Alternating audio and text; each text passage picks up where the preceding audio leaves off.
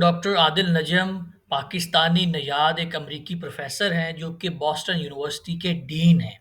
انہوں نے پچھلے دنوں آئی ایم ایف کے اکنامک ماڈل کے اوپر گفتگو کرتے ہوئے کچھ ایسی باتیں کیں جن کا ذکر اپنی گزشتہ ایک سیریز آف ویڈیوز میں نے بھی کیا تھا، جب آئی ایم ایف کے اس ریفارم ایجنڈا کو جس کی بنیاد نیو لبرل اکنامک آرڈر یا واشنگٹن کنسنسس کا فسکل ڈسپلن کا اصول ہے، تب میں نے عرض کیا تھا کہ یہ کیسے ممکن ہے کہ کوئی ملک بغیر ڈیفیسٹ کے بجٹ بنا پائے۔ اور اس ویڈیو میں شاید میں نے یہ دعویٰ کیا تھا کہ دنیا کی 50 leading economies including America, Japan, France, you کے، یہ جتنے بھی بڑے ممالک ہیں، ان کا آپ بجٹ اٹھا کے دیکھیں گے تو تمام ممالک کا بجٹ ڈیفیسٹ کے اندر ہوگا۔ تو ڈاکٹر عادل نجم نے بھی دو بہت ہی بنیادی نوعیت کے سوال اٹھائے ہیں آئی ایم ایف پروگرامز کے اوپر اور آئی ایم ایف کے اکنامک ماڈل کے اوپر۔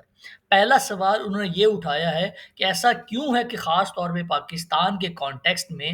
کہ پاکستان نے آئی ایم ایف کے 22 یا 23 پروگرامز لیے، لیکن اس کے باوجود پاکستان کے اکنامک مسائل نہیں حل ہوئے۔ تو آدھا قصور تو پاکستان کے اوپر ڈالنا چاہیے، لیکن کیا آدھا قصور آئی ایم ایف کے ذمے نہیں لگانا چاہیے، جو کہ اس ریفارم ایجنڈا کا انجن ہے، جس نے ہمیں بتانا ہے کہ پاکستان کے معاشی مسائل کیا ہیں اور ان کا حل کیا ہے۔ تو جو بلیم ہے وہ دونوں پارٹیز کے اوپر ایکولی آنا چاہیے، اور بلکہ انہوں نے تو یہاں تک کہا کہ I M F is part of the problem itself, کہ پاکستان جیسے یہ تھرڈ ورلڈ کنٹریز کے جو مسائل ہوتے ہیں، ان میں آئی ایم ایف بجائے اس کے کہ ان مسائل کو حل کرے، وہ ان پرابلمز کا حصہ ہوتا ہے۔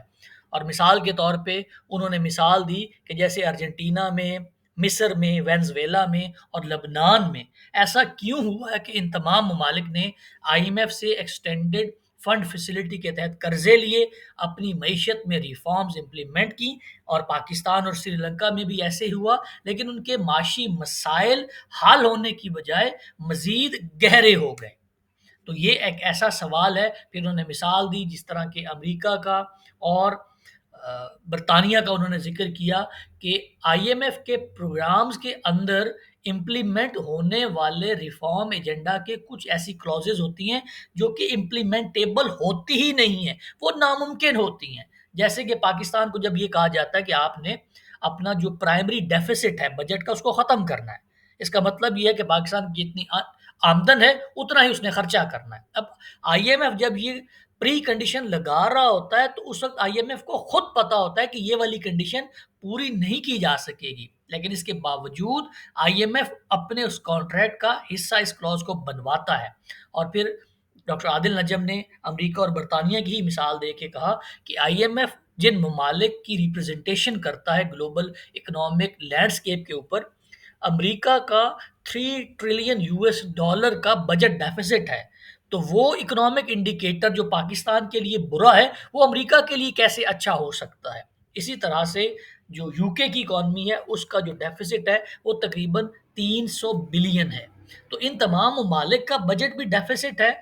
اور پاکستان کا بجٹ بھی ڈیفیسٹ میں ہوتا ہے۔ تو یہ کیوں ایسا ہے کہ پاکستان کے لیے تو بجٹ کا ڈیفیسٹ ہونا ایک برا اکنامک انڈیکیٹر ہے، لیکن امریکہ کے لیے، برطانیہ کے لیے، اور جیسے میں نے پہلے عرض کیا کہ اپنی اس آئی ایم ایف کی سیریز میں نے عرض کیا تھا جب فسکل ڈسپلن کے حوالے سے بات ہوئی تھی کہ کسی بھی ملک کے لیے یہ ممکن ہی نہیں ہے کہ وہ ڈیفیسٹ کے بغیر بجٹ بنا پائے، کیونکہ ریاست کا بنیادی کام فائنینشیل مینجمنٹ نہیں ہوتا، اس کا بنیادی کام لوگوں کی سوشو اکنامک ویلفیئر کو پروموٹ کرنا ہوتا ہے، گورننس کو پروموٹ کرنا ہوتا ہے۔ اور جیسے بہت سارے ایسے بڑے بڑے پروجیکٹس ہوتے ہیں جو سوشو اکنامک ڈیولپمنٹ کے ہوتے ہیں، وہ وداؤٹ ڈیفیسٹ، وداؤٹ لون، صرف ایکوٹی کی بنیاد کے اوپر، پیسے کی بنیاد کے اوپر لگائے ہی نہیں جا سکتے۔ جیسے کہ اگر کوئی ڈیم بنانا ہے، کوئی موٹر وے بنانا ہے، تو اس طرح کا جو کیپیٹل انٹینسو پروجیکٹ ہوگا اس میں کچھ نہ کچھ ضرور آپ کو لینڈنگ کرنا پڑے گی، لون لینا پڑے گا، قرضہ لینا پڑے گا، اور بجٹ کو ڈیفیسٹ میں رکھنا پڑے گا۔ تو اپنی اس سوچ کے بارے میں دنیا کے ایک جو گلوبل لیڈنگ پالیسی تھنکر ہیں پروفیسر ڈاکٹر عادل نجم، ان کی زبان سے ہوئی الفاظ سن کے بہت خوشی بھی محسوس ہوئی، اور اس بات کو تحدیث نعمت کے لیے بھی میں نے کہا کہ اس کے اوپر بھی ایک چھوٹی سی ویڈیو بنا دینی چاہیے، کہ آج سے چند مہینے پہلے جب میں نے آئی ایم ایف کے ریفارم ایجنڈا اور پاکستان کے اوپر اس کے اثرات کے حوالے سے ایک پوری سیریز بنائی تھی، تو اس پورے واشنگٹن کنسنسس کے جو 10 پالیسی پرسکرپشنز ہیں، ون بائی ون سب کو انالائز کیا تھا، اور فسکل ڈسپلن جو آئی ایم ایف کہتا ہے، جس کا ذکر ڈاکٹر عادل نجم نے بھی کیا، کہ وہ تو ممکن ہی نہیں ہے، پاکستان کیا کسی بھی ملک کے لیے وہ ممکن نہیں ہے۔ تو انہوں نے خاص طور پہ ورڈ استعمال کیا کہ آئی ایم ایف جب اپنا ریفارم ایجنڈا دیتا ہے تو اس میں بہت ساری ایسی چیزیں ہوتی ہیں جو کہ امپلیمنٹ ہو ہی نہیں سکتی۔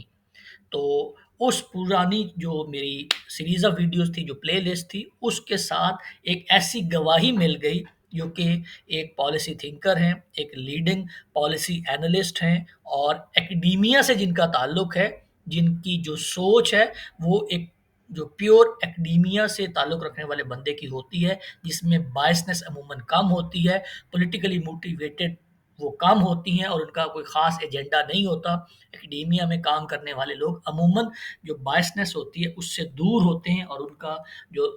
انالیسس کرنے کا طریقہ ہوتا ہے وہ آبجیکٹیو اور کوانٹیٹیو زیادہ ہوتا ہے۔ تو اس ویڈیو میں ہم نے آئی ایم ایف کے پروگرامز کے حوالے سے جو تھرڈ ورلڈ کنٹریز کے امپلیکیشن آتی ہے، اس کے بارے میں ایک ایسا بندہ جو کہ اس پورے گلوبل معاشی نظام کو، اس کے اندر آپریٹ ہونے والے ڈائنامکس کو، ان کی مبادیات کو بنیادی طور پہ سمجھتا ہے، ان کو ایڈووکیٹ کرتا ہے، اور اس کی ایک جو پیور ایکڈیمک کرٹیسزم ہو سکتا ہے وہ کرتے ہوئے انہوں نے آئی ایم ایف کے پروگرام کا، آئی ایم ایف کے ریفارم اور آئی ایم ایف کے جو معاشی مسائل ہیں ان کو حل کرنے کا، اس ماڈل کے اندر جو مسائل ہیں اس کو ہائی لائٹ کیا ہے۔ تو اس ویڈیو کے بارے میں اگر آپ کا کوئی فیڈ بیک ہو، کوئی اعتراض ہو، کوئی سوال ہو، تو ضرور آگاہ کیجیے گا۔ Thank you so much.